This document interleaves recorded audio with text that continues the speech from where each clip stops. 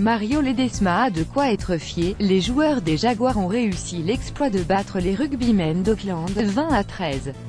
Un match qui restera dans l'histoire puisqu'il marque la première victoire d'une équipe argentine face à une équipe néo-zélandaise. Un exploit signé Agustín Creevy, Emiliano Bofelli et Thomas Lezana qui inscrivent les essais salvateurs de cette équipe des Jaguares. Nicolas Sanchez, également fer de lance de l'équipe, a inscrit des points décisifs au pied. Un match plein réalisé par les Argentins dans un Eden Park chaud bouillant. Défaite des Bulls face aux Highlanders. Grosse désillusion pour les Bulls qui mettent un genou à terre face aux Highlanders. Score final 28-29, les Néo-Zélandais ont finalement su faire fléchir leur adversaire au terme d'un match très serré. Une pression offensive constante, des rideaux défensifs difficiles à bouger, les erreurs se sont payées cash sur la pelouse ce week-end. Une perte de balle et les Highlanders aux cannes de feu mettent dans le vent plusieurs défenseurs et filent en terre promise.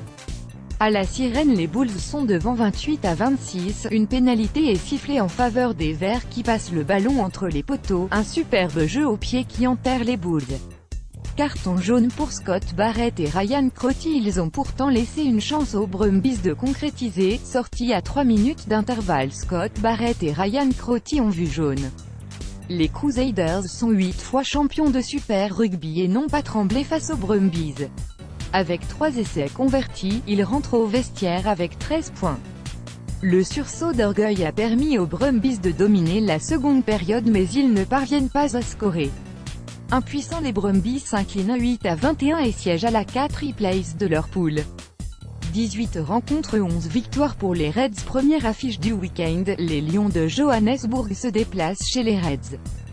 Deux équipes qui se connaissent, puisqu'elles se sont rencontrées pas moins de 18 fois en Super Rugby depuis 1998. Les statistiques sont à l'avantage des Reds qui n'ont concédé que 6 victoires aux Lions. Ce week-end, les Reds se sont imposés 27-20, l'ouverture du score est venue de Jean-Pierre Smith à la sortie d'un maul. À la mi-temps, le score est de 24-0, la journée s'annonçait compliquée pour les Lions. Le comeback des Stormers, ils ont mis fin à une série noire. Les Stormers ont battu les Rebels ce week-end 34-18, après 3 défaites consécutives en un mois. Ils relèvent la tête et condamnent également les Rebels à une 4e défaite.